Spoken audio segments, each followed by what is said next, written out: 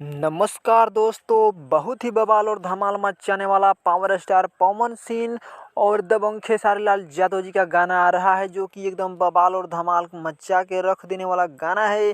Power star Pawan Singh का गाना के नाम है कजरा मोहब्बत वाला।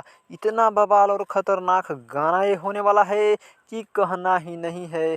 उससे पहले अगर आप सोशल मीडिया से पैसा कमाना चाहते हैं तो डिस्क्रिप्शन में टेलीग्राम के लिंक है, जल्दी से जा कर के ज्वाइन कीजिए और खेलना स्टार्ट कर दीजिए, क्योंकि रोज़ 100 200 500 का डेली का इनकम होने वाला है, जो कि हम देख सकते हो इधर में बैक टू बैक विनिंग करते हैं। टेलीग्राम का लिंक डिस्क्रिप्शन में है, जल्दी से जा कर के ज्वाइन कर लीजिए। इधर में देखिए रोज़ का 2-3 प्रेडिक्शन आता है और बवाल धमाल वाला प्रेडिक्शन रहता है, जो कि एकदम बैक टू बैक विनिंग मिलता है।